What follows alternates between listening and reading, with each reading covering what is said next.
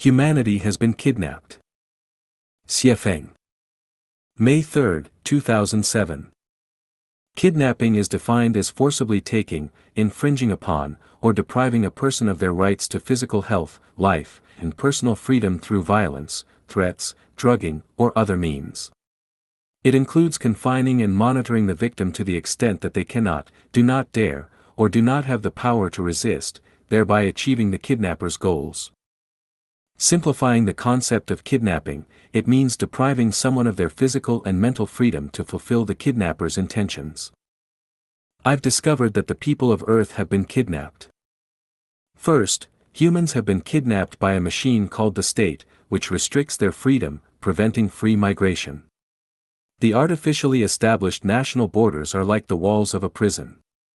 If you cross these walls without permission, it's considered illegal entry or illegal immigration, which is essentially no different from breaking out of prison. This means that from the moment a person is born, they are imprisoned by the state and have been kidnapped by it. What is considered normal from birth is, in fact, not normal at all. Second, humanity has been kidnapped by a program called the family, which enslaves people for life.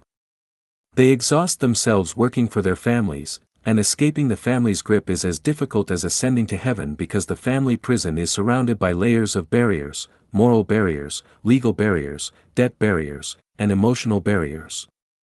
Once a person is trapped by the family program, escaping becomes nearly impossible.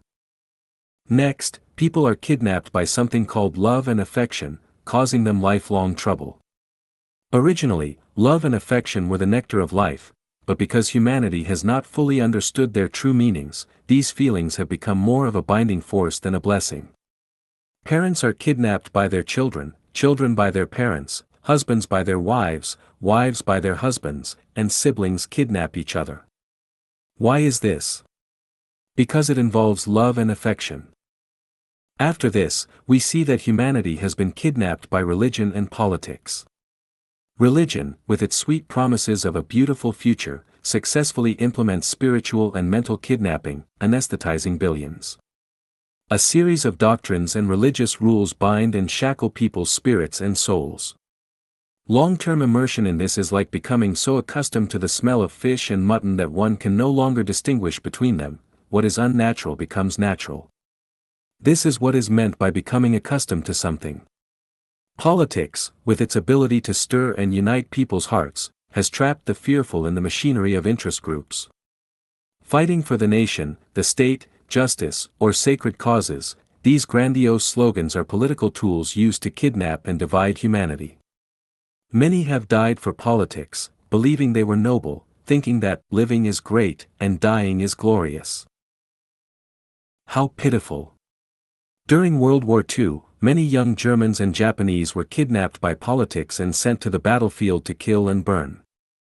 Not only did they not realize they were committing crimes and disgraceful acts, but they also felt noble and great, as if they were doing something very honorable.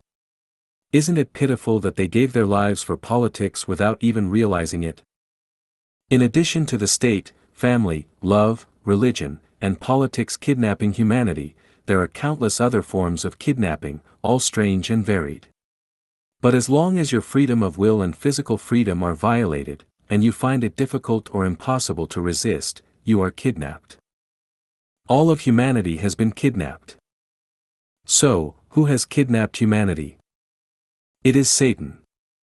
The state, family, religion, politics, and human love are the means and effective ways Satan uses to kidnap humanity. Why does Satan want to kidnap humanity? Because Satan wants to play games and derive pleasure from them, while also maintaining the dynamic balance of the overall life of the universe. Confused? Wouldn't the order of human life fall apart without the state, family, religion, politics, and human love? Wouldn't people live more freely, happily, and comfortably without these structures? The answer is yes. In the past, it was impossible to live without the state, family, religion, politics, and human love. Without them, the order of human life would have inevitably collapsed because there was no correct theoretical guidance, and humanity was unaware that it was being kidnapped. But now it's different because we now have Lifechanyuan. Lifechanyuan is here to liberate humanity, to free people from the state of kidnapping and slavery, so they can walk the way of the greatest creator and live the joyful and happy life that humans were meant to enjoy.